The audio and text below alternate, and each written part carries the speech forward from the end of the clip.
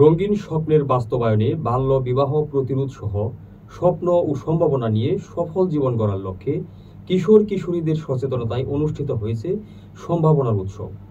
মঙ্গলবার সকালে নোয়াখালীর বেগমগঞ্জ পাইলট সরকারি উচ্চ বিদ্যালয় মাঠে সাগরিকা সমাজ উন্নয়ন সংস্থার নির্বাহী পরিচালক সাইফুল ইসলামের সভাপতিত্বে এতে প্রধান অতিথি হিসাবে উপস্থিত ছিলেন জাতিসংঘ জনসংখ্যা তহবিল এর প্রতিনিধি ক্যাথরিন ব্রিন। এ সময় বেগমগঞ্জ উপজেলা নির্বাহী কর্মকর্তা আরিফুর রহমান, অ্যাকশন এইড বাংলাদেশ প্রতিনিধি মরিয়ম নেসা, বক্তব্যে উপজেলা মহিলা বিষয়ক শ্রেণীকক্ষের পাঠদানের পাশাপাশি বাল্য বিবাহ প্রতিরোধ উপস্থিত সম্পর্কে ছিলেন। আলোচনার মাধ্যমে একজন কিশোরীকে অল্প বয়সে বিয়ে দিলে নারীর প্রতি সহিংসতা ও মৃত্যু ঝুঁকি থাকে বলে বাল্য বিবাহ রোধে প্রতিরোধ গড়ে তুলতে হবে। পরে ক্যাথরিন ব্রিন বিভিন্ন কার্যক্রম পরিদর্শন করেন।